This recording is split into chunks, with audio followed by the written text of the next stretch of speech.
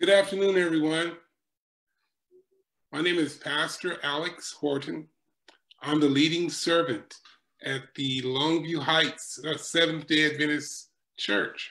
So glad that each one of you can be here as attendees or as panelists.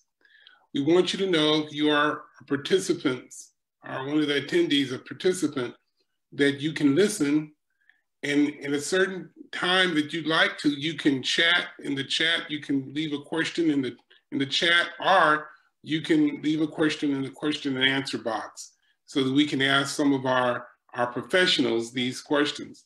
Well, we're glad you're here, and we hope that you have a wonderful time learning about this fantastic discussion of the vaccine. There are a couple, three other pastors that are on the line. I'm going to let them introduce themselves. And then after they finish, I'm going to ask Dr. Batten to have our opening prayer. Good afternoon. My name is Pastor Cedric Belcher. I am the lead pastor of Grace Temple, and I'm here with my wife, Dr. Sonia Gray Belcher. We are glad and grateful to be a part of this transformative discussion this afternoon, and we know that this discussion is going to impact and influence our various communities. Thank you. Let me say good evening, everyone. I'm humbled and honored to be here as well. I am Gordon Jones, the senior pastor at the Founder and Seventh-day Adventist Church here in Missouri City, Texas. And I'm happy to be a part of this relevant seminar. Hopefully, when we walk away from here, we'll be more informed to make better decisions and also to influence our community. I am Fred Batten. I am the pastor of the Mount Olivet Seventh-day Adventist Church in the Fort Lauderdale area here in Florida. I'm happy to be a part of this distinguished panel, as well as the opportunity to be a part of this engaging conversation as we enter into a more knowledgeable understanding of this vaccine and how it will affect our lives. And may God bless us all as we engage this evening. Dr. Batten, will you have our opening prayer, please? Sure. Let us pray. Oh God, we thank you for your grace and your love. You're the God of our creation, God of our protection, the God who is our provider, and the God who is our Savior. We thank you for this time. We trust you, oh God, in all of your ways. And now, God, with this understanding, with the difficulties in our world, the challenges that we're facing, even now with the COVID vaccine able to be in existence, we ask now for those who may have questions and those who have anxious understandings and thoughts about it. May this panel, may this discussion be such that it will provide answers and it may be helpful in our understanding. Help us as we go throughout this activity. May the vaccine and its ability to help be explained in such a way that it will be helpful to all, is my prayer in Christ's name. Amen. Yeah. All right, we're going to get started. Our first presenter is Dr. Lori Oldham. We're going to have her to start out today. I'm Dr. Lori Oldham. I'm one of the ICU doctors at Central Louisiana, one of the ICUs. I'm an intensivist by professional name, translated to intensive care doctor by common name. I have been working exclusively in the COVID unit for the past year, and I've been taking care of COVID patients. It's 10 o'clock at night. I've just helped a family member make the decision to transition to comfort care, meaning after a month-long battle to remove the ventilator. I do this almost on a daily basis when I work. I am speaking to all those who are listening to me, to tell you that this is a deadly disease, but you know that. We do not fare well as multiracial people, but you know that. What you don't know is that every time I do this, it breaks my heart. Death and dying is not supposed to be a major part of my business. I went to school to help people recover and get well and go home. And that has not been the case this year. You have heard it over and over again. Take care, be healthy, social distance, wash your hands. It's true. And if you keep hearing it over and over, some things, like the Bible, is true. That's what we have. People say, God is going to take care of me. He is. Are you listening? He has angels. He has helpers. Sometimes they take the earthly form and they look like doctors, and they look like nurses, and they look like me. Listen, help us help you.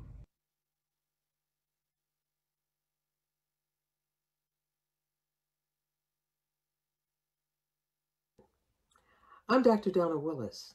I'm coming to you from Lyon, France. I'm an American-trained physician in internal medicine, public health, and medical communications.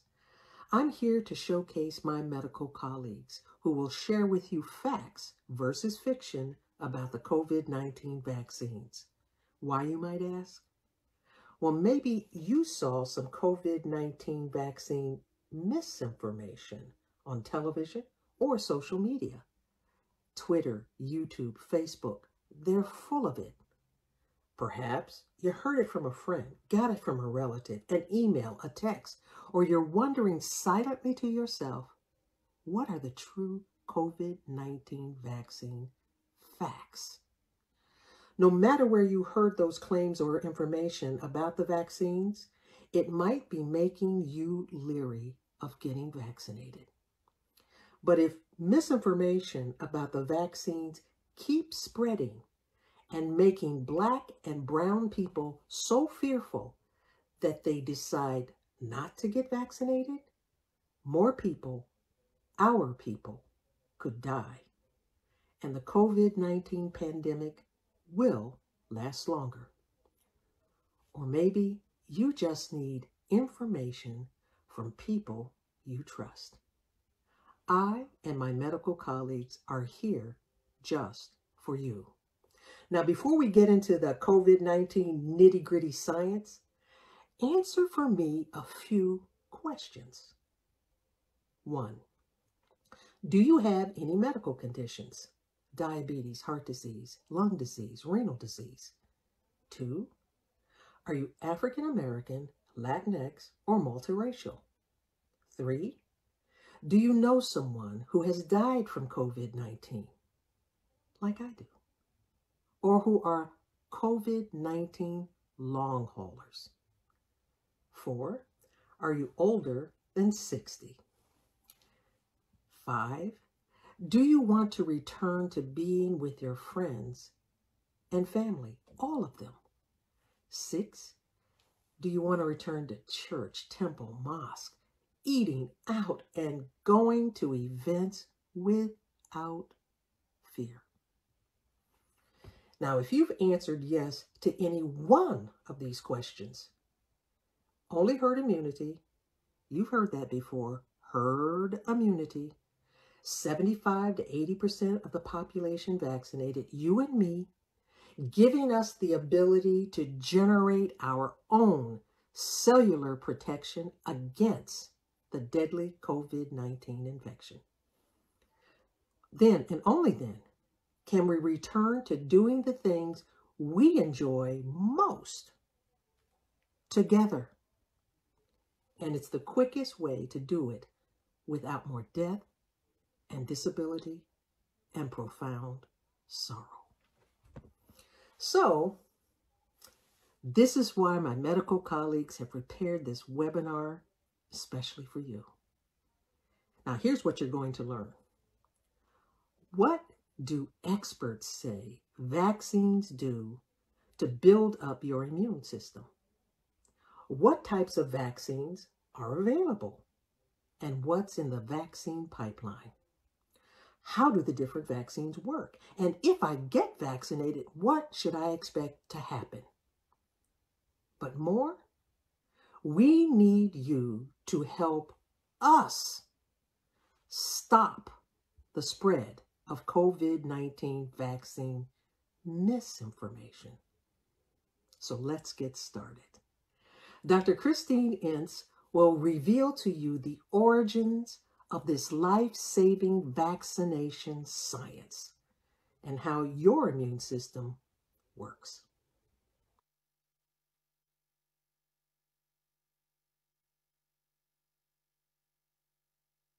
Today, I would like to tell briefly the story of the first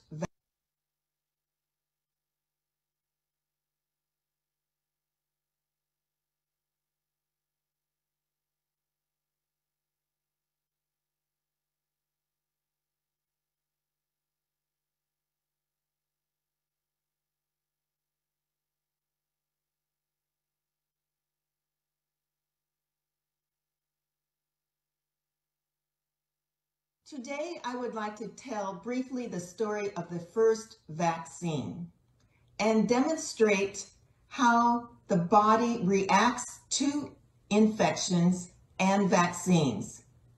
The history of vaccination in the United States is predated by an incredible story of an African slave by the name of Onesimus. In Boston, Massachusetts, in the early 1700s, there was an outbreak of the terrible smallpox. Now, smallpox was a disease that caused death within 2 weeks in up to 1/3 of its victims. Onesimus told his owner, a Puritan minister, about a practice in his homeland in Northwest Africa. Material from a sore or scab of a person infected with smallpox was injected into a healthy person, and that person was subsequently protected from developing the disease. Well, as you can imagine, it took a while for the medical community in Boston to accept this recommendation from an African slave. But eventually, one brave doctor tried it out on his own 6-year-old son. And it worked. Fast forward over 250 years with the use of the modern day smallpox vaccine, which involved a weak cowpox virus. The World Health Organization declared smallpox eradicated completely from the face of the earth after a massive worldwide effort that involved the vaccination of over 500 million people. Last year, we were blessed with the arrival of our first grandchild, the absolutely delightful Nyla. Now, Nyla has agreed to lend us her toys here to demonstrate what happens when the virus enters your body, or a vaccine. The body sees a vaccine. This little dinosaur truck represents the coronavirus. Now, a virus is a foreign entity that is trying to gain entrance into the body. This virus represents an antigen. An antigen is anything that can create an immune response from the body. So the virus, it's floating around, came out of someone else's nose, lands on your hand, skin, can't get into the skin, gets into the nose, and actually gets into the bloodstream. Now, the goal of the virus is to get into a human cell. It cannot live outside of the cell. And it doesn't pick just any cell. In this case, the COVID-19 virus, it picks a cell with an ACE receptor. Now, there are ACE receptors in a number of places in our body. We have ACE receptors in our nose, in parts of our lung, in the colon, kidneys, in our brain, and it may account for some of the symptoms of COVID-19. So we have Mr. Corona in the cell, and the cell says, "Woo, you don't belong there. I need to get rid of you." So it sends out some cytokines. Now, cytokines are substances that are used by the body to fight infections and sometimes cancer as well. So, and the cytokine that I'm going to talk about is interferon. Interferon, demonstrated by my little silly putty here. Interferon interferes with viruses or cancer. Now, too much of the cytokine, too much of a good thing can wreak havoc on the body. And unfortunately, it's a cause of death in many of our COVID-19 patients. It can cause high fever, shortness of breath. So next, the body sends out its next line of defense, white blood cells. There are different types of white blood cells, but we are going to concentrate on the type of blood cell, white blood cell, that produces T cells and B cells.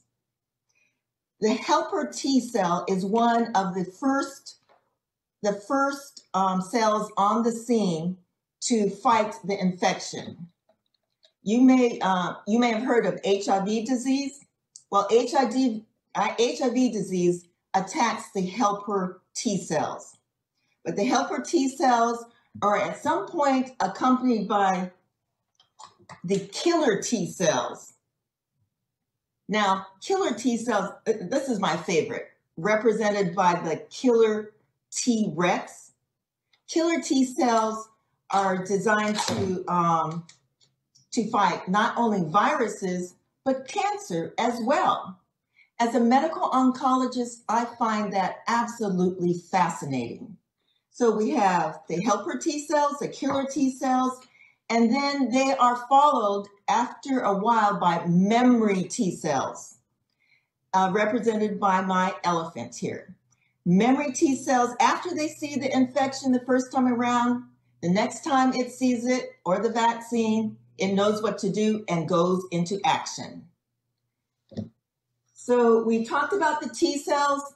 T cells are pretty effective, especially when you're younger. It is manufactured in the bone marrow, but matured in an organ, pretty small, right behind the breastbone, called the thymus. And the thymus, as an adolescent or a young person, is pretty healthy, but when you get older, in your 20s, 30s, 40s, 50s, 60s, the older you get, the smaller and more ineffective it is. So I believe that is one reason why over 95% of the deaths from COVID-19 are in persons over the age of 50 in the United States. So next we're going to talk about a very important B cell, also a type of white blood cell. It produces antibodies. Antibodies are proteins that floating around in the bloodstream, looking for a virus. The first time it sees a virus, it takes a while to respond to the virus. The first response is a fairly limited response. It'll take a few weeks to get up to speed. Then the second time that the body sees the antibody, it has a bigger response. I call this an IgG. The goal of vaccines are to have these designer antibodies ready on day one to help fight the virus. Well, some of you have asked me, Dr. Ince, what can I do to help my immune system? There are some things that you can do. White blood cells don't like a lot of sugar, so avoid refined sugars. Exercise most days of the week.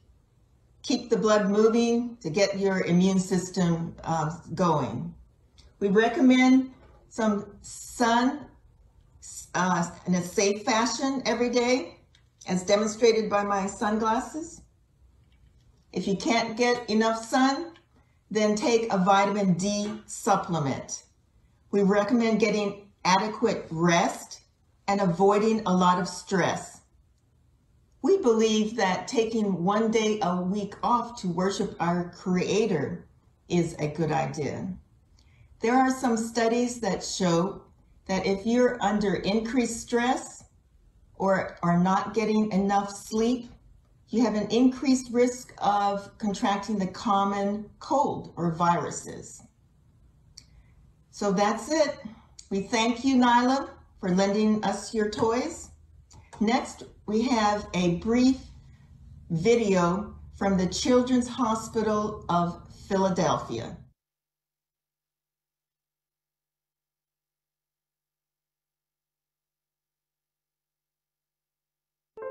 The adaptive immune system provides a more targeted defense. One special type of cell is the dendritic cell. This cell is like an intelligence specialist. When a germ invades, the dendritic cell collects pieces of it. The cell travels to a lymph node nearby. Here, a cascade of events begins. Inside the lymph node, the dendritic cell shows pieces of the invader to T cells. T cells are the immune system's communications team. In turn, T cells train B cells to make antibodies. These molecular weapons can target a specific invader. The immune system now mounts its next defense. B cells release millions of antibodies, each antibody shaped to identify a specific enemy. B cells send out antibodies until they wipe out the infection. In this way, the body adapts to new germs. By mounting targeted defenses, it is able to fend off most diseases.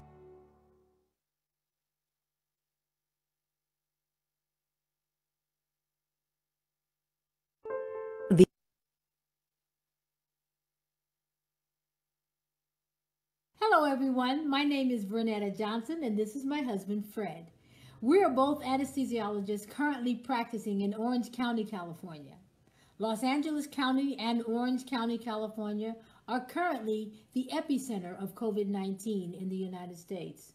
The facility where we practice is a 400-bed hospital located in Fountain Valley, California, where 50% of the current inpatient population is composed of COVID-19 positive patients. The majority of these patients are Asian, Latino, and African American, representing the diversity of this portion of Orange County. 3 weeks ago, my wife and I decided to take the Pfizer COVID-19 vaccine. Our decision was based upon the fact that we felt we needed a second layer of protection for our patients as well as a protection for us from contracting the virus. In 3 weeks, we have seen a tremendous increase in the volume of COVID-19 patients in our facility. Later this month, we will be taking our second COVID-19 vaccine. The purpose of our involvement in this webinar is to educate concerning COVID-19 virus and the COVID-19 vaccine based on our research and our clinical experience. The goal is to provide information for those considering the vaccine so that they will be able to make an educated and unbiased decision. We thank you so much for listening, and hopefully this webinar will be beneficial to you. Thank you. Thank you.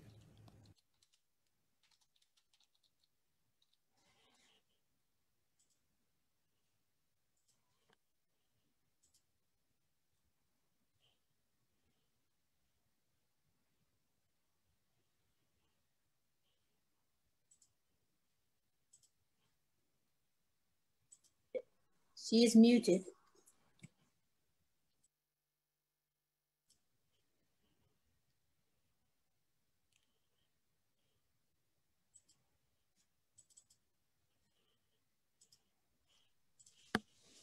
Good evening, everyone. My name is Dr. Tamara Smith, and I'm the Director of Education at Ancora's Education McCann School of Business and Technology. I hope you are enjoying tonight's information. Most of it is certainly a revelation to me and really good critical information that we need to be able to make some decisions that are extremely important for ourselves and for our family members. This webinar tonight is very intimately associated with something for myself, which is for the family members that I've lost during this pandemic to COVID-19. My brother went into the hospital simply to have a toe removed. And when he went into rehab, after he had a most perfect toe removal with absolutely no incidences of any kind, he slowly became sick at the rehab and ultimately lost his life to COVID-19. My sister, right before the pandemic, also did some traveling towards South, went down for a weekend to see our family, came back and was immediately sick, had incredible lung challenges directly afterwards, and also passed away. There are people that are losing their lives to COVID-19 on a daily basis, and we know that the numbers are astronomical and into the thousands. As we continue to talk about this, just take a moment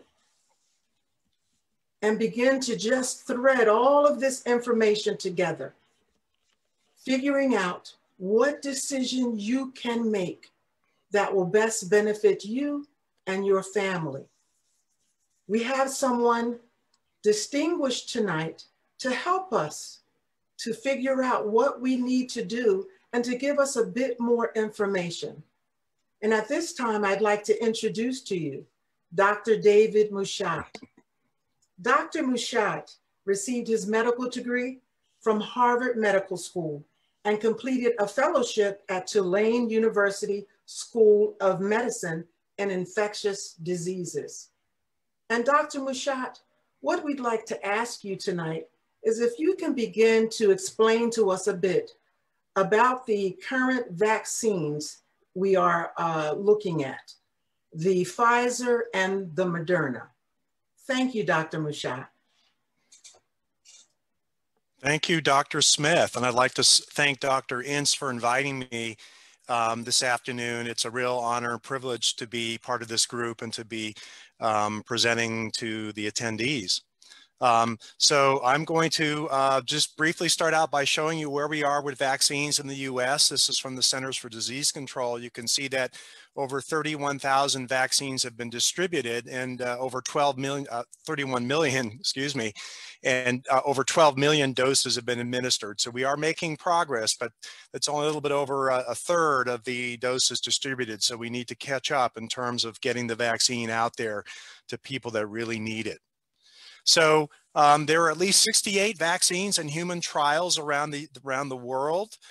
You can see on the left that There's a number of studies, many studies that are in different phases. That's different stages. Phase 1 is generally when just a few people get the vaccine, maybe 50 or 100, up to phase 3 when hundreds or thousands of people get a vaccine right before approval. And you can see that right now in the US, we have the Pfizer BioNTech and the Moderna. They're both mRNA vaccines, and hopefully very soon we'll also have availability of the Oxford AstraZeneca and the Johnson & Johnson or Janssen vaccines, and possibly also the Novavax, which my colleagues will be discussing very soon. This is just a timeline that again shows you where we are with the 5 main vaccines. The Pfizer and Moderna already have received emergency approval in the US. The AstraZeneca Oxford is being used in the United Kingdom. We hope it'll be available here soon. The Novavax, it's a little bit further behind. I think Johnson & Johnson or the Janssen vaccine may be the next vaccine that we'll start to see in the United States, fortunately. One question that comes up is, was vaccine development rushed? I don't like to use the term rushed because it implies hastiness. I would rather say it's been accelerated. So if you look at the traditional paradigm for developing a vaccine, it usually takes years to get through the different phases. And then the large-scale manufacturing of the vaccine generally occurs after the 3rd phase.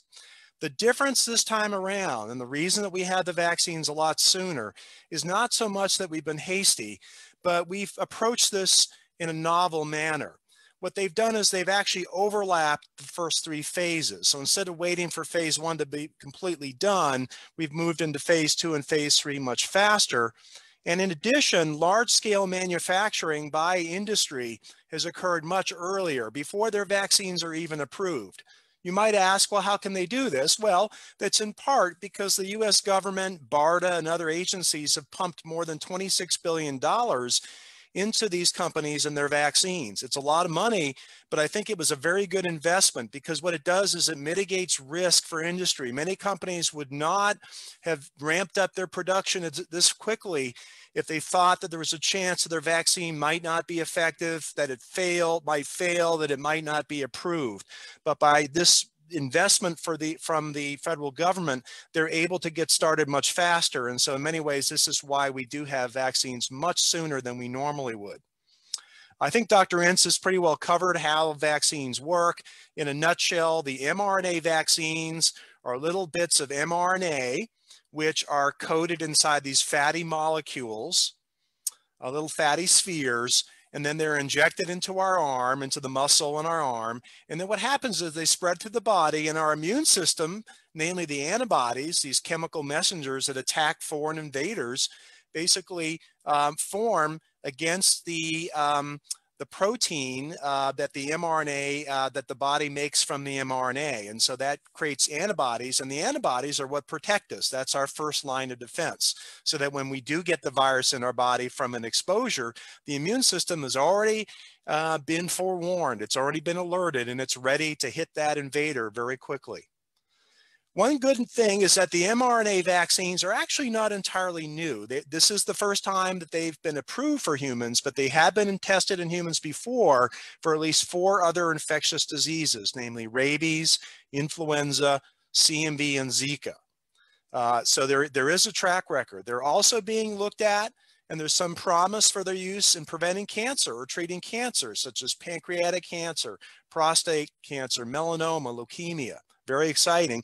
And there's even some really ingenious approaches to treating people with heart attacks, heart failure, and the like with messenger RNA, essentially vaccines that may cause the body to accelerate the healing of the damaged organs. So there's a lot going on in this area. So this is my slide that summarizes the 2 mRNA vaccines that we currently have in the US. I call it the battle of the mRNAs, Moderna versus Pfizer. I'd like to think that they're really allies that are on the same side. So the Moderna vaccine and the Pfizer both have this messenger RNA inside these lipid or fatty particles. One difference is that for the Moderna vaccine, the second dose is given 28 days after the first dose, whereas the Pfizer second dose is given 21 days later. An advantage of the Moderna vaccine is that it can be stored at refrigerator temperature. So everyday refrigerator will suffice. The Pfizer vaccine is more challenging. It has to be stored initially in this very cold freezer, minus 94 degrees Fahrenheit, until it's thawed and then diluted and prepared. So this does create problems, particularly for rural areas, for doctors' offices and the like, where they may not have access to the freezers. The really fantastic news is that both vaccines far exceed our expectations. The FDA would have been happy with a vaccine that was at least 50% effective, but look at these guys. Moderna, 94% effective 2 weeks after the second dose. Even better, the Moderna vaccine appears to have protected 100% of individuals against severe disease. Severe disease is when you end up on oxygen in the hospital or on a mechanical ventilator. That's horrible. You don't want to go there. And the good news is that even if you got COVID with this vaccine, you didn't get super sick. The Pfizer vaccine, 95% effective. We still don't know whether it prevents all severe disease. Both vaccines also start to kick in a couple of weeks after you get the first dose. So at about 10 to 14 days, the Moderna vaccine appears to be about 80% effective and the Pfizer about 52%, and it goes up. That's not to say that one dose is enough. We do want to give you the second dose to make sure that you get up around 95%. And in addition, the second dose probably makes the vaccine more durable. That is, it's going to protect you for longer than if you just got the second dose. There's some early evidence that the Moderna vaccine may not work quite as well in people 65 and older. The data that's been released shows 86% efficacy versus 94%. That's still pretty darn good.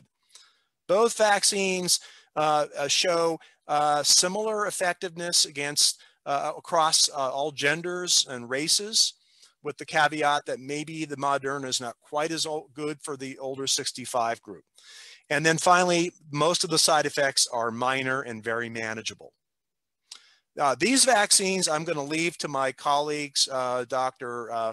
Francois et al. They will be talking about these in just a minute.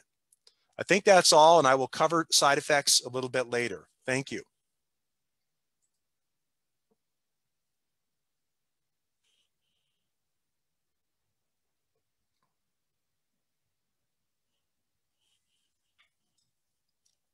Good afternoon. I am Dr. Wayne Moore. I am Medical Director and Associate Professor of the Physician Assistant Sciences Program at Meharry Medical College. I also served as Chief of Emergency Medicine for 15 years at Nashville General Hospital and was the first African American to do so. As an African American faculty member at a HBCU, I share with you an acute sensitivity and vigilance for pathological diseases that disproportionately impact African Americans greater than the general population. These diseases impact the young versus the old, the wealthy versus the poor, the educated versus the illiterate, with devastating impact in our community. My goal today is to briefly make you aware of some compelling issues that have brought COVID-19 to the forefront of my concerns today.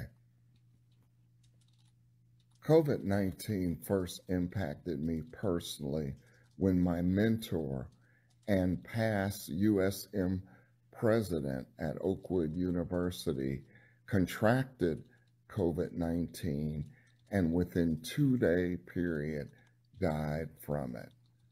This really impacted me.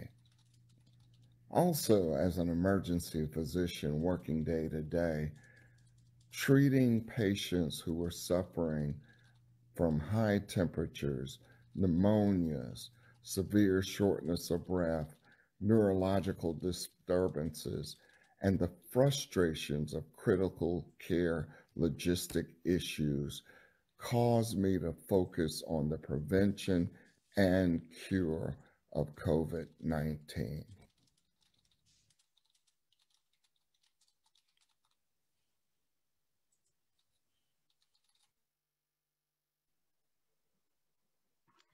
Hi, everyone. I'm Dr. Denise Hunter. I'm an internal medicine physician and also licensed in lifestyle medicine physician. I serve a rural community in rural North Carolina at a federally qualified health center. Today, I'm going to be introducing you to Dr. Mesfin Francois. Dr. Francois is an associate professor of clinical medicine at Morehouse School of Medicine and an attending physician in infectious disease for Grady Memorial Hospital in Atlanta, Georgia. Dr. Francois also serves as an infectious disease clinic physician at Morehouse Healthcare multi-specialty group practice.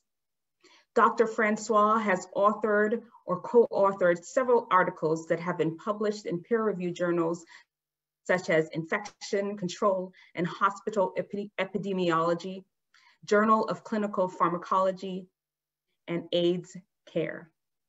Today, I have a question for Dr. Francois. Can you tell us about the AstraZeneca vaccine, now approved in Great Britain, and briefly about vaccines in the pipeline? Absolutely. Let me share my slides here. Okay, so good evening, everybody. So the AstraZeneca vaccine is, as Dr. Mushat already mentioned, one of the vaccine that has been approved so far for COVID. So these are the various vaccine platforms. The mRNA vaccine have been already discussed. The AstraZeneca vaccine is different in that it is a recombinant vaccine, meaning it uses unrelated virus that doesn't actually cause disease in humans to carry the gene that produces the spike protein of the coronavirus to deliver that antigen, thereby leading to antibody production. So there are two types of recombinant viruses that use the same virus called adenovirus. Some of the recombinant virus that virus can propagate in the human body. The other that is called replication incompetent, meaning it doesn't propagate it doesn't multiply. So it is a recombinant replication incompetent virus. So the AstraZeneca vaccine is the second type, meaning the virus that carries the gene that produces a spike protein doesn't replicate. So this is kind of a schematic presentation. This is the SARS coronavirus.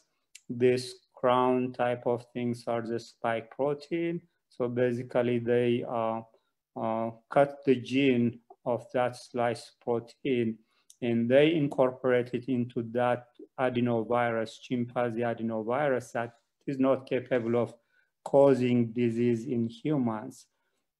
That is injected as a vaccine.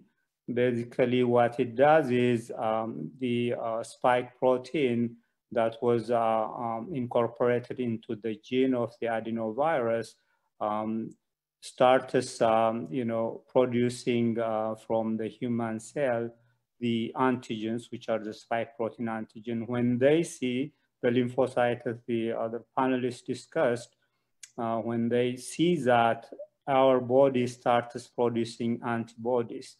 These antibodies in the future, if the person is exposed to the coronavirus, they basically, because they have seen that antigen, that the cells start producing the antibody that basically protects us from infection from this virus.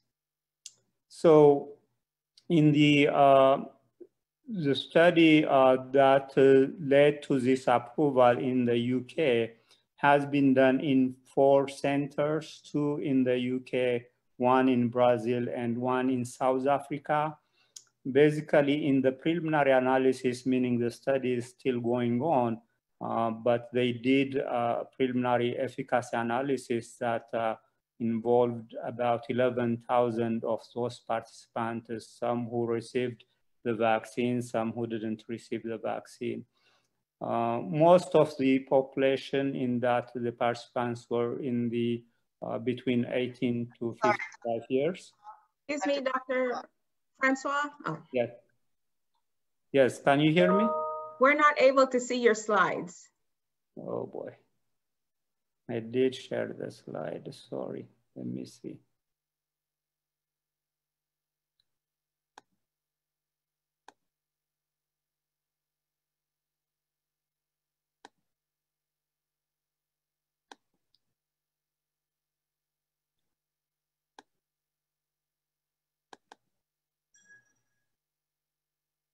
Are you able to see now? We can see them now. Thank you so much. Okay, sorry. Shall I go back, or you want me to start from where? You want me to start from here? Maybe this is the most important slide. Yeah, start from where you think was most important, because up until we mentioned it to you, we're not able to see anything. Okay, sorry. So basically, this is, as I have been talking, this is a recombinant vaccine, meaning unlike the mRNA vaccines previously discussed, the this vaccine uses unrelated virus that doesn't cause human disease. In this case, the adenovirus from chimpanzee, specifically the AstraZeneca virus, uses chimpanzee adenovirus. So what they did was, this is the SARS-CoV virus. These are the crown type things are called the spike protein. That is the antigen basically that the virus uses to enter human cell. So they took the gene of that spike protein and inserted it into this adenovirus. The vaccine contains that adenovirus that contains the spike protein gene. Once injected into a human intramuscularly, basically the cells start producing the antigen from this spike protein. So it is like, similar to if a person is infected with the virus, this is what is produced. So that antigen stimulates production of the antibodies, as already mentioned, that basically the antibodies, if they see a virus, basically if the person is infected, because they have been exposed, they know the virus, they start producing the antibody that basically prevents a person from getting infected. So in this study that led to the approval is being conducted in 4 different centers, 2 in the UK, 1 in Brazil, and 1 in South Africa. So the studies are still ongoing, but what is published so far is a preliminary result that involved, that took into account about 11,000 participants. Most of these participants were between the age of 18 to 55, but there were a number of people older than that as well. So in that group, basically there were 131 total COVID cases about a couple of weeks after the second dose of the vaccine. 101 were in the placebo, in the dummy group, and 30 were in the vaccine group. That basically gave about 70.4% efficacy, meaning it is protective about 70% of the time. That is obviously, as you can see, lower than the Moderna and the Pfizer vaccine. But another analysis in this same study that used a smaller dose first and a standard dose second also gave, a 90% protection. But obviously the study is still ongoing, as I said, and this is just a preliminary analysis. But in general, currently the company has applied for approval based on that 70% efficacy.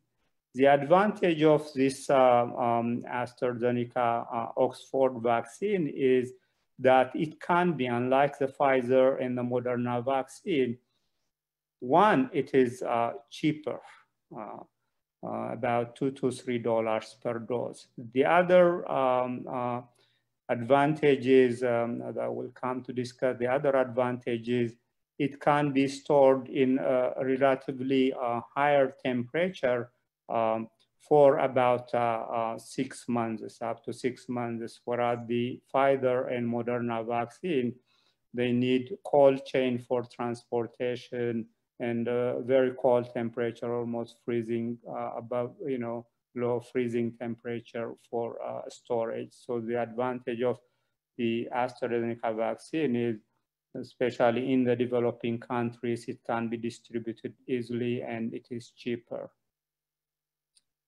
So I will come to discuss the side effects a little later, because this is all I have for the AstraZeneca vaccine.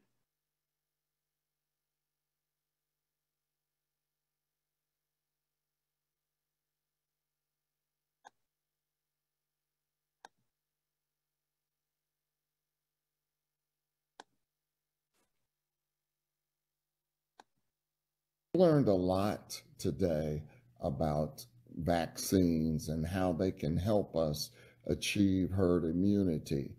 But vaccines alone, without testing, implementing isolation or quarantine, or aggressive contact tracing, will defeat and slow down our goal of achieving herd immunity.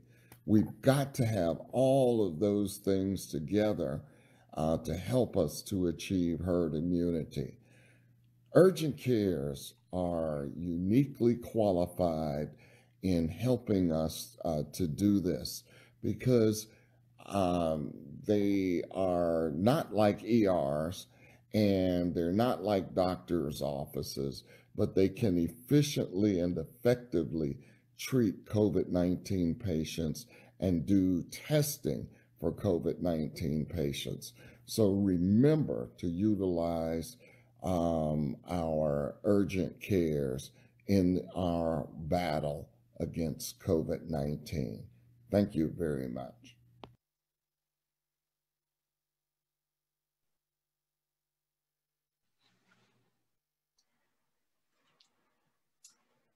As we continue to talk about what is happening today with COVID-19 and this horrific pandemic, we understand that there are continued questions that need to be asked. And we're going to move to that in just a few moments, but we still need a bit more information. I hope that you are enjoying this webinar as much as I am. And remember what Dr. Willis said at the very beginning. Today, we want to separate the facts from what is myth. And so we're going to continue to ask questions right now of both Dr. Mushat and Dr. Francois. And Dr. Mushat, I'd like to begin with you.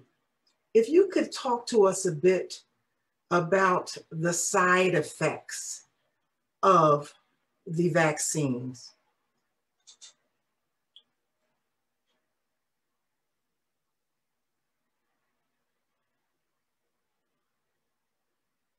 He's muted.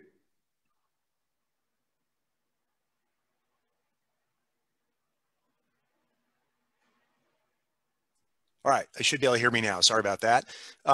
So I will cover the Moderna and Pfizer vaccines, and I believe Dr. Mansour will cover the others in terms of side effects. So I think the theme here with these vaccines is that they do cause some side effects, but they're mostly pretty minor and very manageable. So if we look at first at the Moderna vaccine, this is taken from the article that was just published recently in the New England Journal of Medicine. You can see that after the first and second doses, these two gray bars right here, at least 75% of people had some kind of side effect. But the good news is that that was mostly pain in the shoulder. And that's exactly what I had when I got mine. I had a sore muscle for about a day. I didn't have any of this erythemas, redness. I didn't have swelling. I didn't have any swollen glands. I just had a little soreness. And actually, with the second dose, I actually had less soreness. Some people have more. Some people do get generalized side effects, and this is the data for Moderna in terms of what we call systemic, other side effects. And you can see that, especially with the second dose, over 75% of people have some kind of other side effect.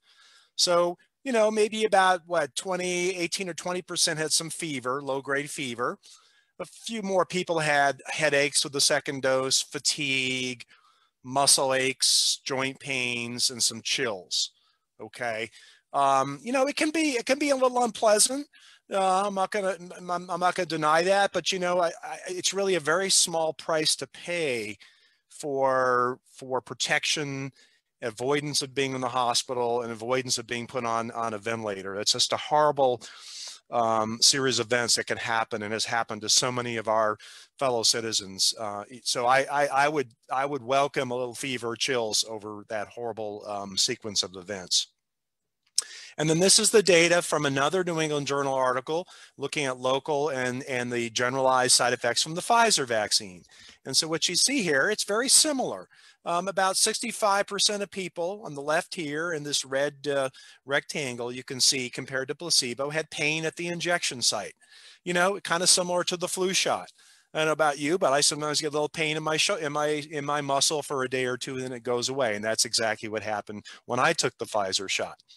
Now, in terms of the systemic side effects, you can see here that if about 50% of people had some fatigue, particularly after the second dose, some headache, smaller number had chills, about 30% had muscle aches and pain. So again, the same pattern, relatively minor side effects. You can pop a couple of Advil, some goody powder, Tylenol, whatever you want, you know, it's fine. You can take that.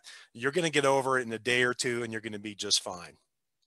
Now, I have to be honest, in the name of transparency, there's always potential for more severe side effects. All vaccines can cause allergic reactions, okay? And so the question is, you know, how often and how severe are these reactions with these vaccines? So the Center for Disease Control just published this this week. This is an analysis of severe allergic reactions over a 10-day period in December with the Pfizer vaccine.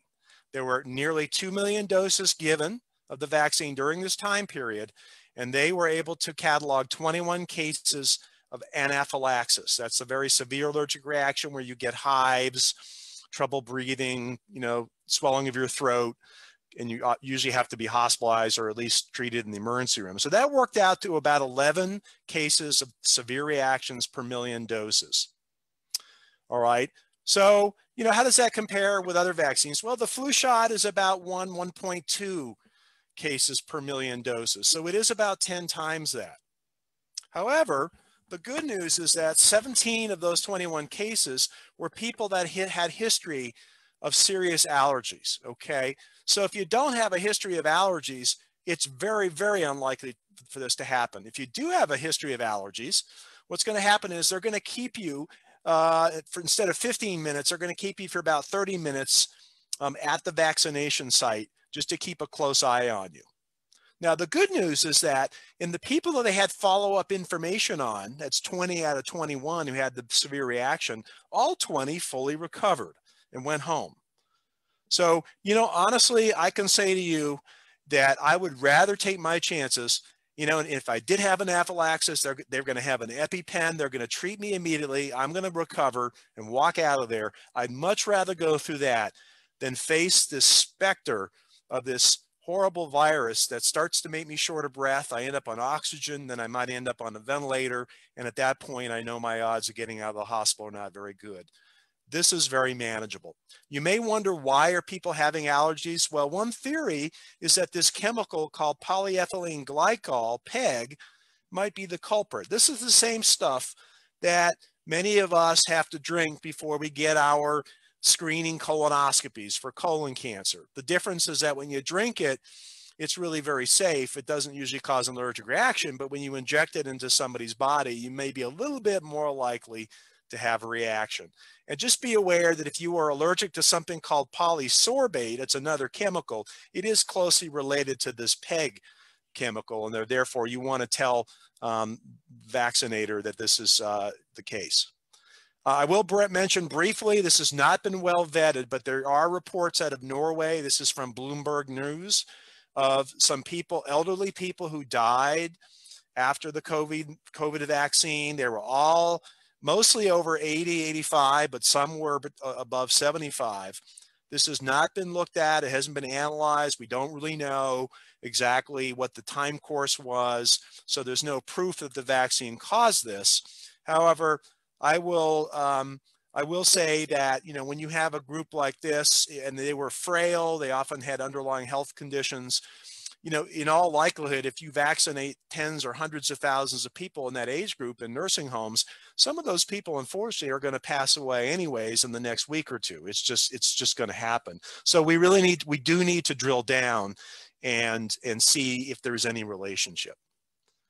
And then finally, I'll just mention that the good news is that the US and international bodies will be following people who get the vaccine very closely to see how they do. We all need to be good stewards in this manner, in this regard. So if we have side effects, we need to report them to our doctor or to the person that gave us the vaccine. The existing monitoring systems are this VAERS program, which has been around for a while, that doctors and clinics use. There's also this vaccine safety data link that's used in 9 different large healthcare systems. And then they're also adding a number of additional safety monitoring systems. One is this thing called vSafe, which anybody can download for free on your phone, and you can use that to report any side effects. And finally, hospitals and other centers will be using the National Healthcare Safety Network, and then many of the insurance companies will be using their databases. So there are multiple different ways that the FDA, the CDC, and other relevant bodies will be monitoring to see how people tolerate these vaccines, not just acutely in the first few days, but over the weeks and months and years after they get the vaccine. And that's it for me. Thank you.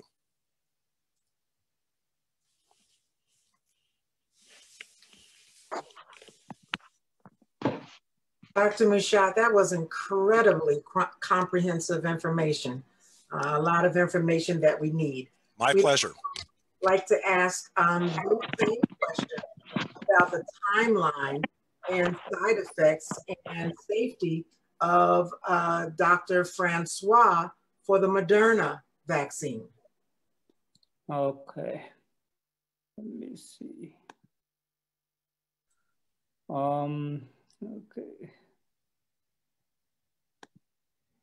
Do we mean the AstraZeneca and the Janssen vaccine? Yeah. So the AstraZeneca. Can you see the slide? Yes. Okay. Thank you. Thank you for that correction. Yeah, the AstraZeneca. So in terms of side effect, as I already mentioned, this is a very preliminary analysis. The studies are still ongoing. But what the researchers reported in the publication in Lancet is that most of the vaccine side effects and the dummy or the placebo side effects are the same, balanced basically. There wasn't really much of a difference. However, there were at least 4 patients in the trial, in both groups, in the placebo, in the vaccine group, that developed transverse myelitis. This is a condition, basically inflammation of the spinal cord that causes weakness in different parts of the body. It may be the legs most of the time. But when this happened, the study was actually stopped to investigate, what may be the cause. Later on, neurologists and the researchers found out that one of the cases may be related to the vaccine, but the other 3 were unrelated. These were In one case, this was because of the placebo vaccine, which is a meningitis vaccine that was given as a placebo. The other one, the patient had,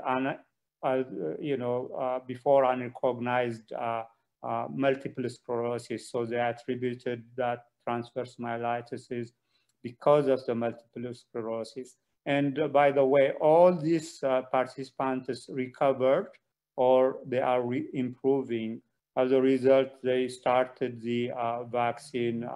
It is no longer on hold. It is ongoing, as I said. So there wasn't really much of side effect to report on the AstraZeneca vaccine, but of course, when the study is completed, there may be some additional reports to be expected. However, as Dr. Mosshart already mentioned, injection site reaction and so on, these are anticipated in all vaccines, but there was no difference because even the placebos were given in the form of injection. All the side effects across the study arms were comparable in this case. So that is all I have about the AstraZeneca vaccine side effect.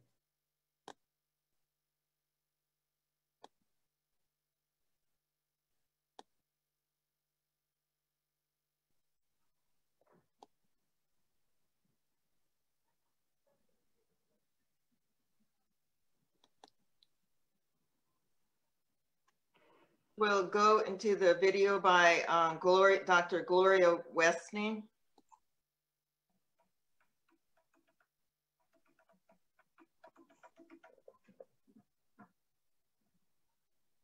And this pandemic has forced us to confront situations that we most likely never would want to face. We need to get as much information as we can to know how to reduce our risk as much as possible for this pandemic. I hope that this seminar given by friends and family will help to open your eyes to what's going on with the pandemic and answer questions that you have so that you can make informed decisions regarding vaccination for COVID and also how to live day by day with the least risk possible. I look forward to these seminars and I hope you will too. Thank you.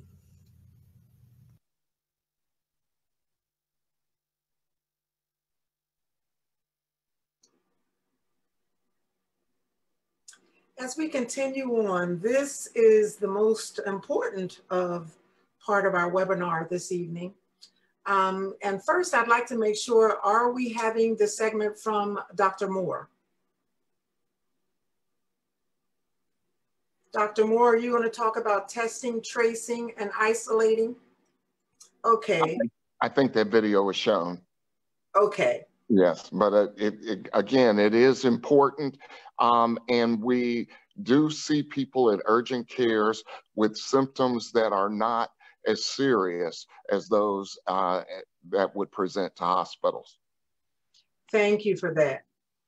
I hope you guys have been holding onto your seats as much as I have in terms of understanding all of this information. And we realize it's a lot of information, but it is critical information. And so again, we get to the most important part. Well, what questions do you have today? We're going to talk to Dr. Mouchat and Dr. Francois just a little bit more about the timeline, side effects, and following up with safety. But I believe that those questions were answered. So we're going to move on to actually our audience. Viewers.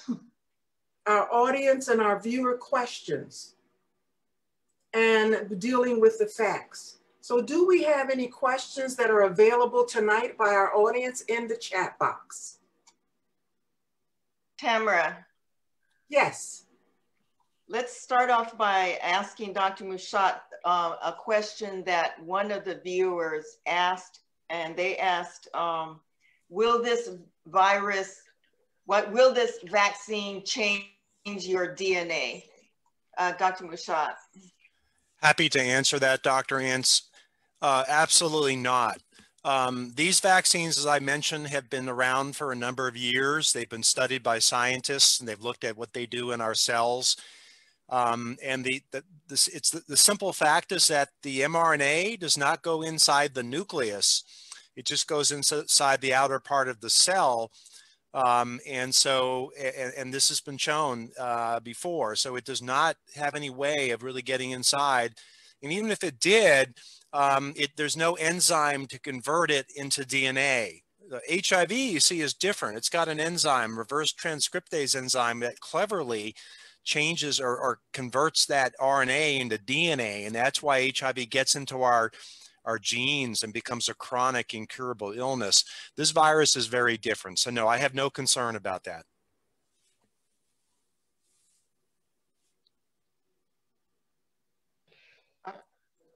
Okay, Tamara, you can pick a question, but one question that I saw was from a listener who was asking about Sjogren's. Someone with an autoimmune disease, is it safe to take the vaccine? Either Dr. Francois or Dr. Mushat can answer that question. Well, doctor. Yeah, I can. Basically, so far, I haven't seen specifically Sjogren's patients, but in terms of the studies, they had some patients with immunocompromising illness. Really, the vaccine worked fine in all groups. I haven't seen any kind of issues, that is different from the general population. So the vaccine seems very safe. However, I just want to add a little bit about whether the vaccine can hang around. The mRNA vaccine, the messenger RNA is actually degraded after it induces that protein production, the spike protein production, the antigen production, it is degraded. The other vaccine, the recombinant vaccine I talked about, the AstraZeneca vaccine and next the J&J vaccine, the virus, that is the vector virus that is carrying, is not capable of causing disease. Certainly it's not integrated in the DNA. We know of these viruses, they are usually, cold viruses. So they are not really serious viruses that are being administered. They are just being used as a vehicle to induce that immunity. At the University of Washington in St. Louis, they are currently doing a study on patients who have autoimmune disorders, as well as those who are on immunosuppressive therapy. To be a part of that study, you'd have to be at either Washington University or in one of the hospitals in the area. However, the information that is available at this time is that perhaps you can take the vaccine. It may not be quite as effective, but they're recommending that you take it. It might not be as effective, but it's an ongoing study at this time as to what the response will be for autoimmune disorders and for immunosuppressed patients. And this is Dr. Westney. Thank you, Dr. Johnson, for kind of bringing in the whole concept of studies. As Dr. Mushat and Dr. Francois indicated, there will be, and there are ongoing studies, and information and data is continuing to be collected on the various phenotypes of patients. Many of the questions I'm seeing coming up are asking about patients, in particular African-American patients that have various comorbidities. I'm seeing sickle cell anemia. We already talked about the autoimmune diseases. Many of comorbidities such as diabetes, hypertension, and chronic kidney disease are unfortunately high in our African American community. And these are the individuals that we're seeing that are disproportionately dying and having significant morbidity from the COVID infection. You saw the first video was an ICU physician. When individuals come into the ICU, I can tell you the major comorbid illnesses that go along with their record are chronic lung disease, congestive heart failure history, chronic kidney disease, diabetes, and hypertension. And so, you know, the virus has just decimated this population. And so it is certainly crucial to, for the vaccine, giving us the promise of being able to at least fight the infection.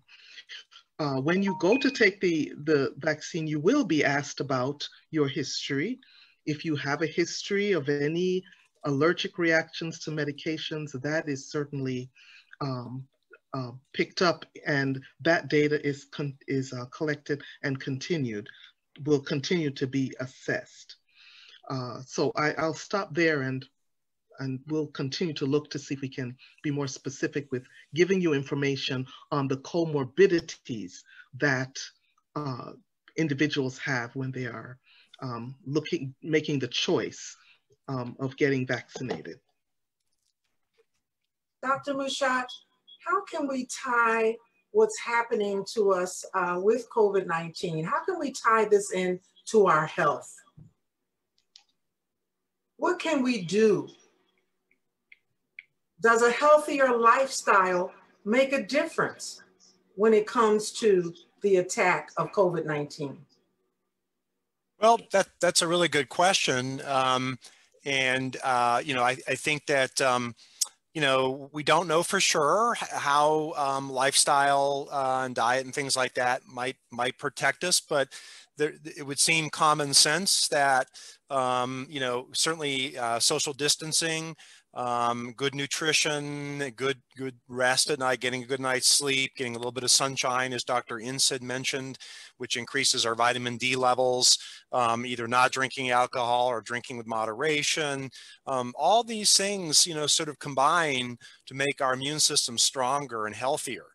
Now, of course, weight loss could be helpful, because if we're overweight or obese, we clearly don't do as well with this infection, but that's not going to happen overnight. But certainly that's something that we need to think about. You know, I think that this epidemic is certainly sort of, you know, revealed the sort of ugly underbelly of American public health and you know, disparities in healthcare. And certainly, you know, I think we need to revisit and really understand better the social determinants of health. You know, why is it that our African Americans and Hispanics are not doing as well? Why are they dying at higher rates? It may not be genetic. It may be partly obesity and diabetes, but it may also be the stress of racial discrimination.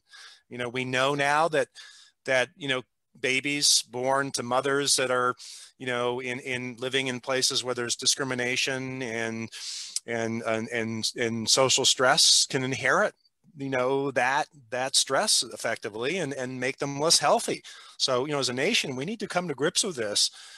This is really revealing a much bigger problem. But bottom line is, you know, we need to just try to live as healthy a lifestyle as we can, take care of each other, get the vaccine, and hang in there. We're going to get through this. It's going to be a rough couple of months, but I have confidence in my fellow Americans. We can beat this. Thank you so much. That's a great answer. And you know, we also understand from the recent report that you just gave us on Norway, now we have our senior citizens who now are a little bit disturbed by those findings. I have, you know, we have 92-year-olds and 75-year-olds and, you know, our older generation who are saying, well, should they even take it at all? Since they came, you know, right after the initiation of the healthcare workers, we went right to the elderly. but many of them are fragile and weakened. They already have weakened immune systems. So for our parents, should they take the vaccines? I mean, those are really, really germane questions. So, you know, in this country, I haven't seen reports of people in those age groups dying frequently. So maybe there's something different about people in Norway or the vaccines there or something.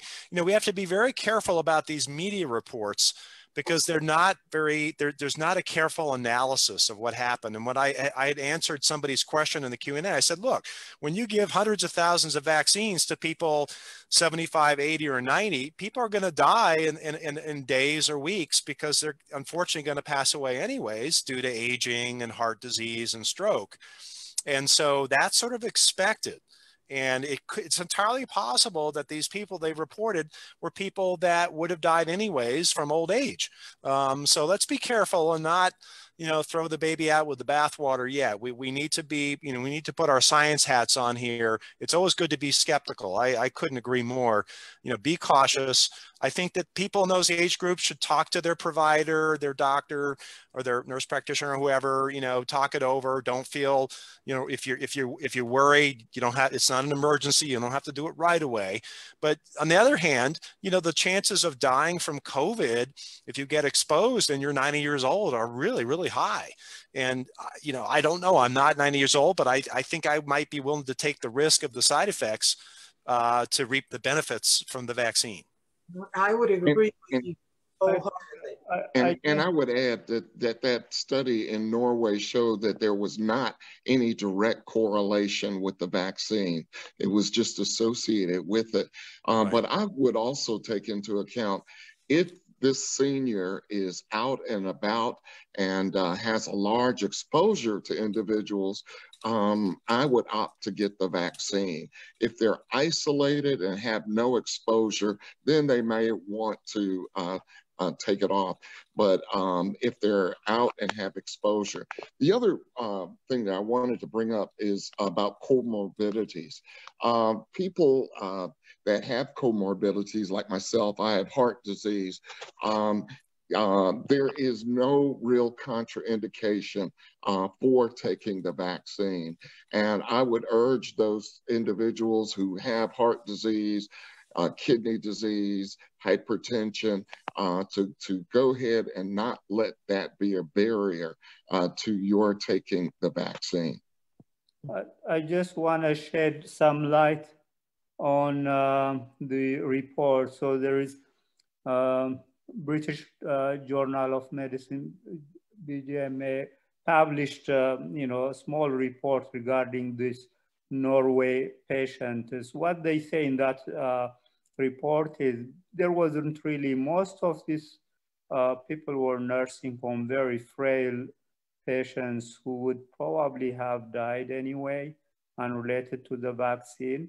The reason they say that is there was no increase in the anticipated mortality. They have countrywide about 400 patients dying from that group.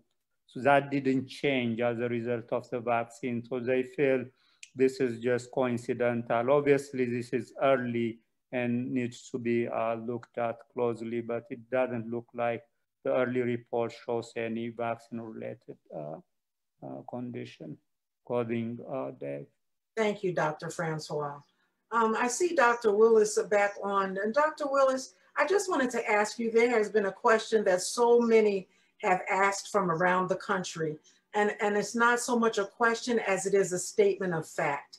There is simply a gripping fear that we have of taking the vaccines. How can we deal with that? It's true. Fear is one of the biggest factors that prevent people from taking a step. However, I want you to think about it as a very simple math problem. Risk, benefit. You ate today. You didn't know where that food came from. Did you grow it? You didn't pack that macaroni. You didn't make that cheese, but you ate it because of the benefit. We're not going to know everything, but we can do, I'll give you a little math problem. For every side effect that you think is bad, you put that side effect on the top, you draw a line like you're doing division, make the ratio, and put all the people who've taken the vaccine. So if one person died and there have been 7 million vaccines, that's 1 out of 7 million. So I'm looking over here at all of these side effects and people putting them in there like there's some sort of ammunition of don't take the vaccine, but it's simple math. I'm going to share a little slide with you. I prepared. Here's the little devil. Now everybody knows the devil. Everybody doesn't like the devil. Oops, sorry, didn't want that. Let's go back. Just a minute, I'm going to stop. Stop the share, go back to my slide and set it up. But I want to really emphasize the point that risk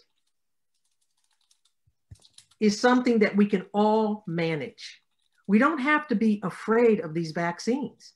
Part of the fear has been because you've heard it so often on the news.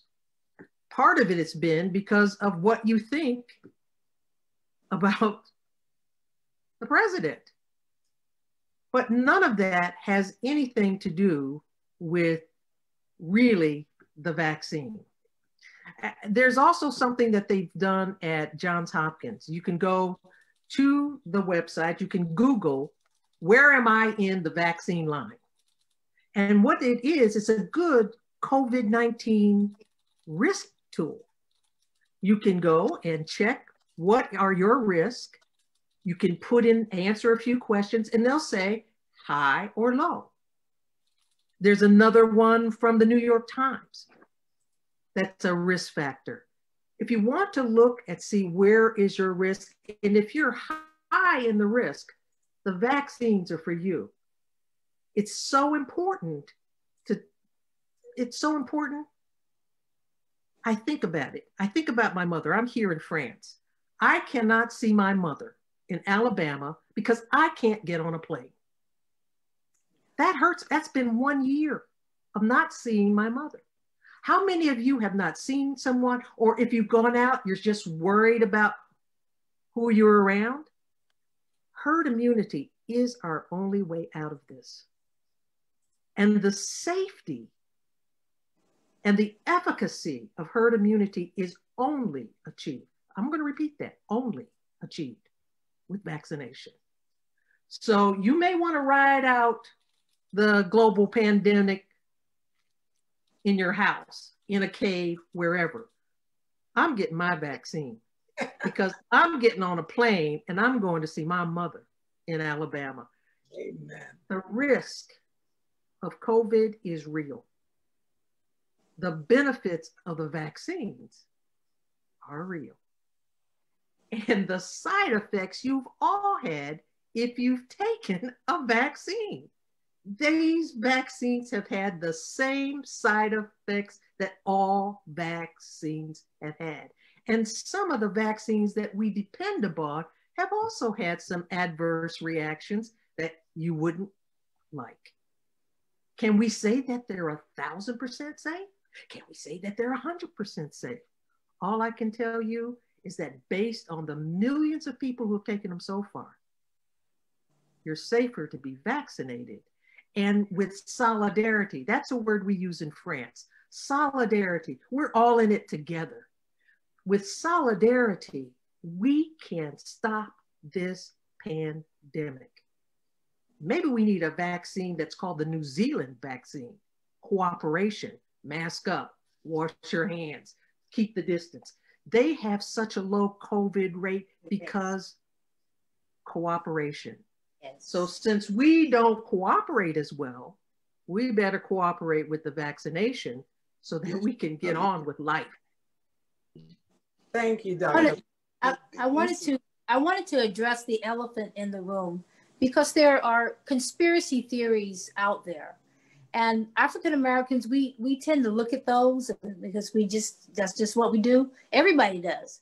One of the conspiracy theories is that they're using fetal material to make this vaccine.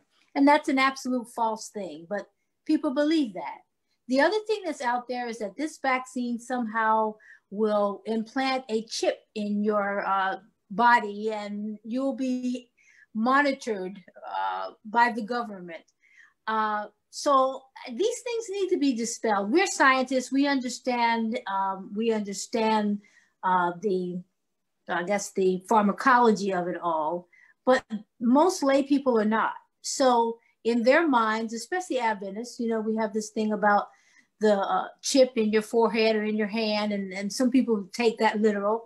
And so we need to talk a little bit about dispelling the conspiracy theories that are going around, because I'm telling you, people believe these theories and they're afraid that they're going to get the mark of the beast. They're afraid that we're doing something that's immoral with using fetal tissue. So we have to talk a little bit about those things. One of those, again, too, is the Tuskegee experiment. People relate that. And it should be known that in Tuskegee, no medications were given. It wasn't that people were given vaccines or given medications. Medications were actually withheld with those individuals who had syphilis. And so there's no comparison when we discuss Tuskegee and this vaccine. Very good points. Very good points indeed. Dr. Westney, did you want to add something to this? Yeah, you know, Dr. Johnson, again, made a very good segue into the question I was going to bring up from the chat, of course. Very concerned, people are very concerned as to if there is going to be something slipped into the vaccine that would, for instance, cause infertility. One specific question was, will that happen? And, you know, Dr. Mashad and Dr. Francois, feel free to jump into that. You know, that's clearly an understandable concern, given we know the historic, you know, concerns of particularly African Americans in, you know, population control and things like that. But really, you know, first of all, you know, the messenger RNA is degraded so quickly that genetically, we already brought that out, genetically, you know, there is no impact. However, you know, as we said, we do realize individuals out there still have fears, and the misinformation many times is just hard to dispel, that, you know, a vaccination program is aimed to control a certain race, a certain type of individual. That is always the fear. So I can jump in. So there is no evidence, just in a nutshell. Obviously, as we already pointed out, these are similar vaccines to what we have been giving. So you have all taken, you know, other vaccines along the way. These work in a similar manner, but obviously the way the mRNA vaccines are produced is a little bit different, but it makes them far technologically advanced, even in my opinion, better than the previous vaccine, because if you remember, you have all taken measles, mumps, rubella vaccine. Those are live attenuated vaccines for viruses. This mRNA vaccine contains no component of the virus or even a killed part of the virus. So these are technologically advanced vaccines, and these are not going to remain in your body for any longer time than needed. These are designed to generate just the immunity to fight the disease if you are exposed, but they won't have a lasting effect, such as infertility or other things we worry about. So obviously it has not been looked at that way, but taking into consideration previous vaccines that are being administered, that's very, very, very unlikely that they would have any of that effect. I wanted to bring up one other point. I saw a video this morning kind of disparaging the mRNA vaccine or vaccines.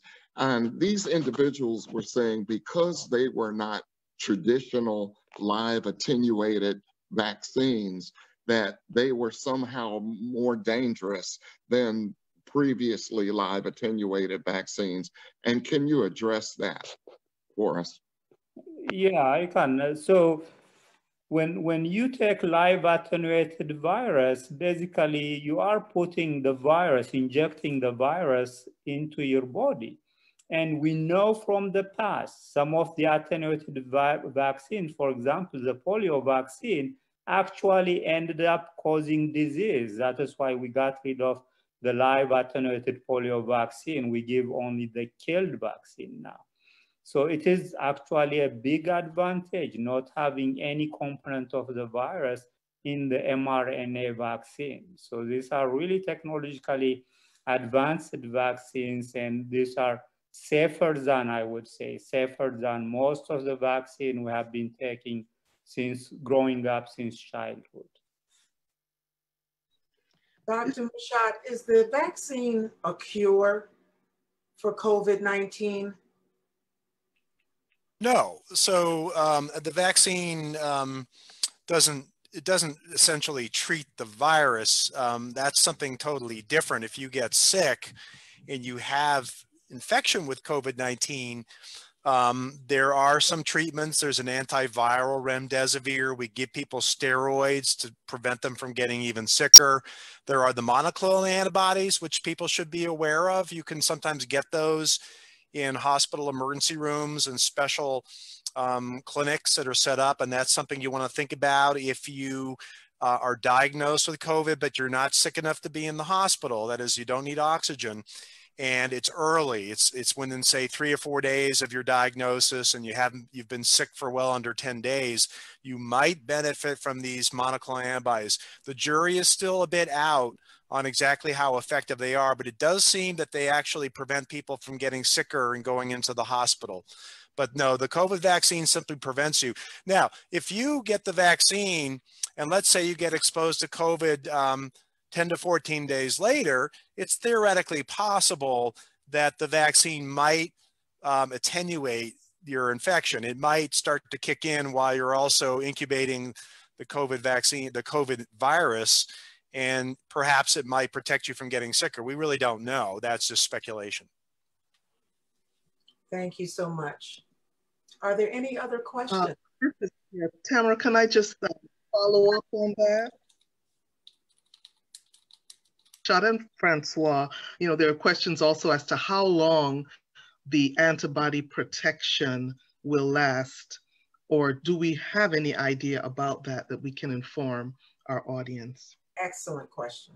So the study has been going on for, at this point, still they are following the participants in both the Moderna and Pfizer vaccine. So it's almost 3 months. So 3 months out, the vaccine is still effective, still protecting individuals from getting infected, or if they get infected, from developing serious illness.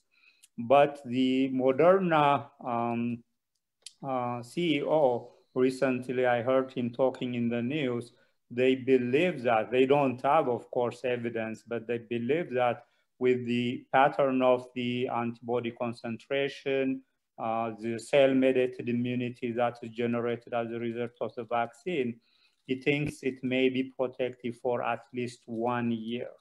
That is kind of a speculation at this point, but we know at this point, at least 3 months out, most of the study participants that led to the publication and the approval of the vaccine didn't seem to seem to be protected. Okay, thank you for that. And just as a final input, the concern, especially for elderly individuals, I think is pertinent because these are the individuals, unfortunately, that are dying from COVID infection. Immune system, strong immune system, whatever they took, I'm not seeing any difference. I'm seeing elderly people unfortunately dying and couples dying, all right? I would want to get the audience to appreciate certainly that there is safety in the vaccines, and if there's delay in taking a vaccine, a person will have to really look at how they're going to be living their lives, because we're seeing a husband and wife, husband on the one side of the ICU, wife on the other side of the ICU. I'm seeing that repeatedly, where they were not able to maintain a bubble in their home. And unfortunately, now you have a couple dying in the same ICU. Mm. And so we also have to look at how we are living. If you've got elderly parents who are still viable, going out to the store, all I can say is those are the people that I am taking care of in the ICU on a ventilator who are not doing well. And so we have to help them maintain their bubble, okay? And we know the social restrictions, many people are tired of them, and we're kind of putting those at the side, but that's what causes individuals to get infected, get into the hospital. And so, for me, one of my closing remarks is we certainly want to reduce our risk, and you want to look at your life and talk with your healthcare provider, talk with your primary care doctors, and see about getting vaccinated, because here is a tool that will at least help us in this pandemic. And we'd like to let the audience know that this webinar is going to be available directly following today's event. And hopefully it will be a series of webinars. We are going to follow up as needed to make sure that we're staying on top of the latest, the most cutting edge information with regards to the vaccinations and how everything is moving along. Dr. Mouchad and Dr. Francois, we are eternally grateful tonight for your input into this critical conversation. And we're going to move on right now. And I'd like to introduce Dr. Leslie Pollard.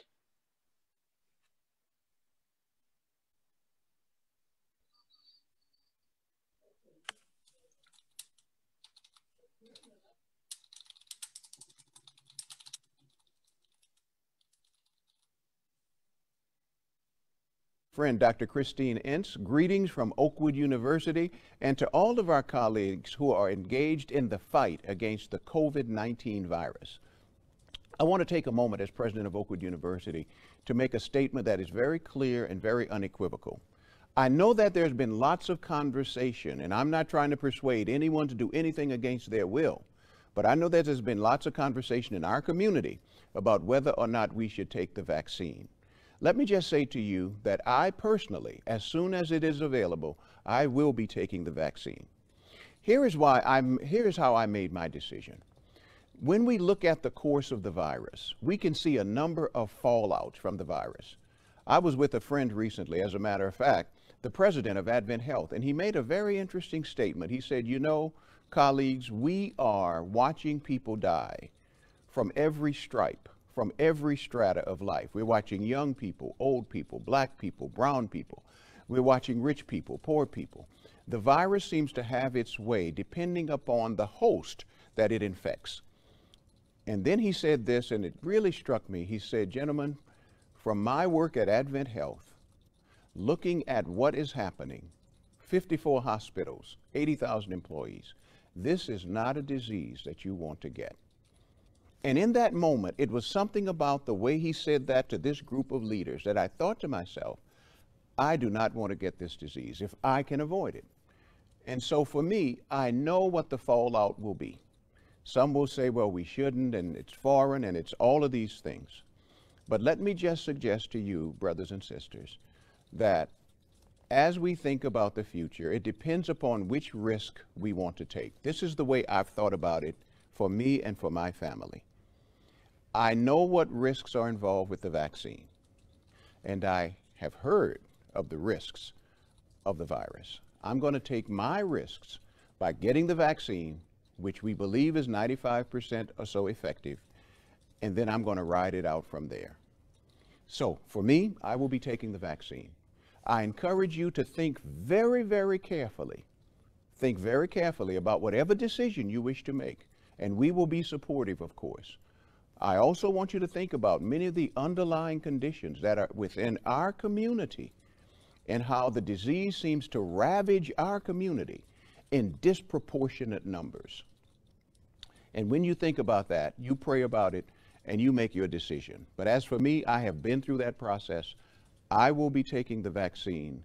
I encourage others to consider doing so as well. And then we pray, we leave the future to God, because we know that He is ultimately a physician who has never, ever lost a patient. So with that in mind, Dr. Ince, thank you for your work. Thank you for your encouragement. Thank you for your leadership. Thank you for what you are trying to accomplish. And we pray that God will bless you as you seek to protect our community against the ravages of this pestilence. May God bless you. And again, may God bless Oakwood University, and may God bless all of those who are on the front lines working against this virus. I'm so thankful for Dr. Pollard and all the people that are a part of this panel. It is exciting to talk about this, but it's challenging. There are so many questions that we have not answered, and we hope in February to do this again, to answer the questions, many of the questions that you have. We wish we could do it sooner than that. This is on Facebook, and it will also be on YouTube. So you can definitely contact those two platforms to get a recording of what we've already done. People are dying at an alarming rate in this pandemic.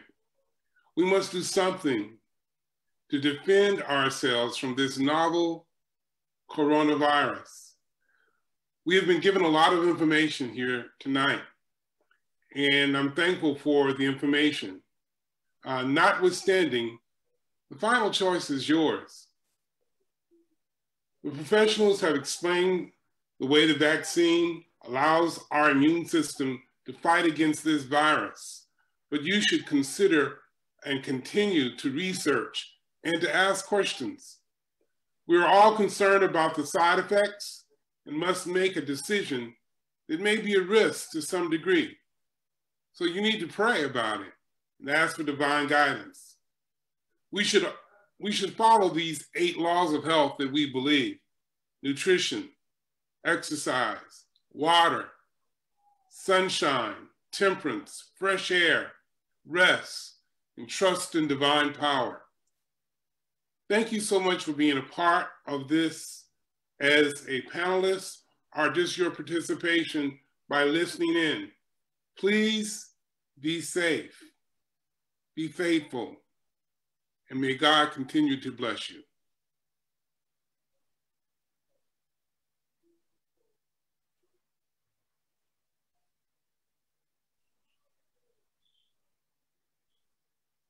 Okay, so we have some people to thank. And okay, so this is Dr. Ince. I want to thank everyone for attending and to let you know that we have an amazing seminar coming up next in February 2020, February the 20th. February the 20th. Remember that. Instead of 2020, it's February the 20th. Please speak to your local doctors. Again, this is a group of what we call friends and family. And we want to thank our guest speakers, Dr. Mushat from New Orleans, Dr. Francois from Atlanta, Georgia. If you missed the opening testimony from Dr. Oldham, you can look at it. These are lifelong friends, a very special group of friends, college classmates, former pastors, a brother-in-law. This is personal for us. We pray for each and every one of you. Thank you. A special thank you to our IT person, Scrappy, and we will end with Dr. Cedric Belcher praying for us. Thank you so much, Dr. Ames. Please join me as we pray. God of grace, God of mercy, we continue to grapple with the emotional, physical, psychological trauma and death that has been associated with the coronavirus.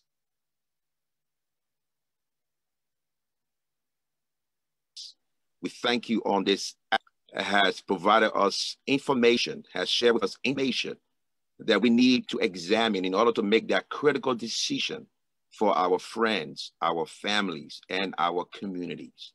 God, I pray that the information shared today will be put into practice so that, God, we can make our community safe for everyone. I thank you, God. Bless us all, we pray. In Jesus' name, amen and amen.